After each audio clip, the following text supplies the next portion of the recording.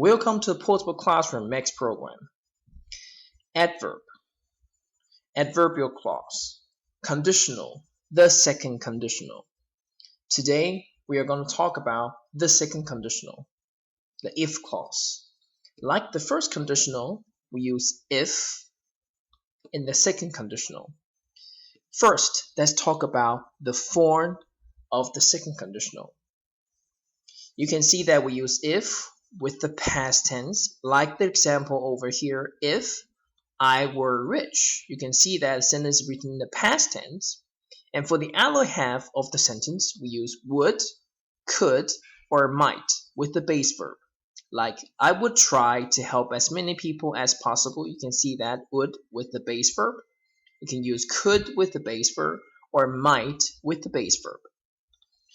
Of course, you can switch the position of these two different parts of the sentence, but remember, if you write the if clause second, then you do not need the comma. No comma over here. You can see that. Alright, so that is the form of the second conditional.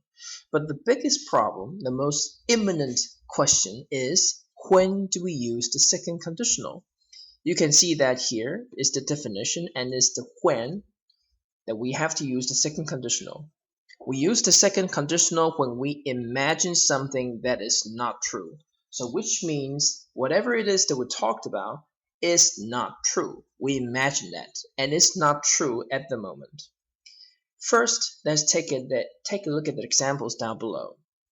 What would you do if you won $1 million? So the truth is, of course, this person didn't have $1 million and he didn't win $1 million. Okay, so we don't really expect this to happen. It's not true, we just imagine that, hypothetically speaking. 假设性的说, if you won $1 million, we don't really expect this to happen. Unlike the first conditional, we really think that it's going to happen. First conditional, 我们认为它是会发生的. But second conditional, we're just imagining things. We don't really expect this to happen.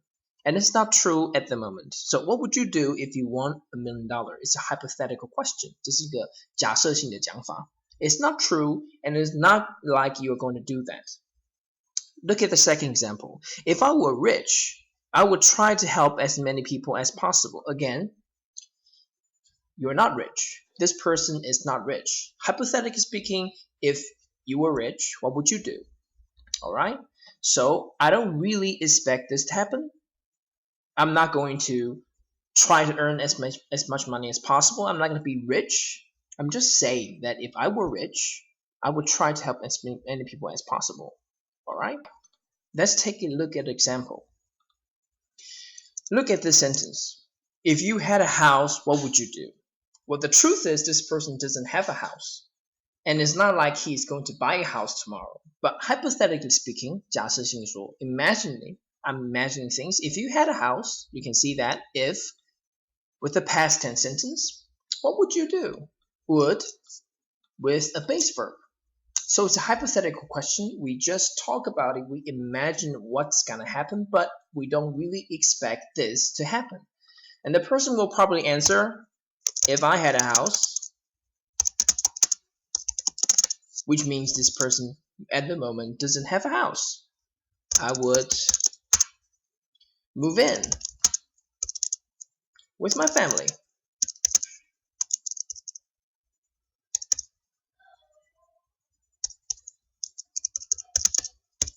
Okay, so look at the form.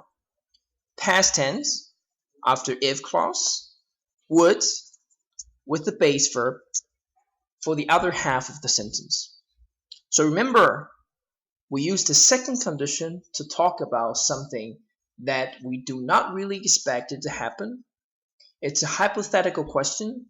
We just imagine what's going to happen in the future if I had this. So let's go back to the lesson plan itself.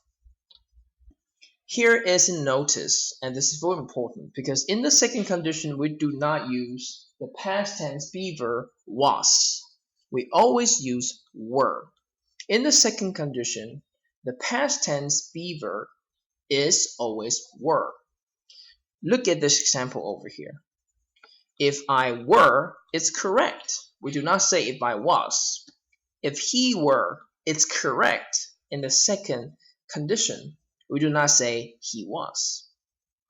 So remember, when we use the be verb, in the second condition is always were, not was. Here are two more examples. If Peter took more exercise, he might feel better. Again, past tense, which means maybe Peter doesn't take exercise.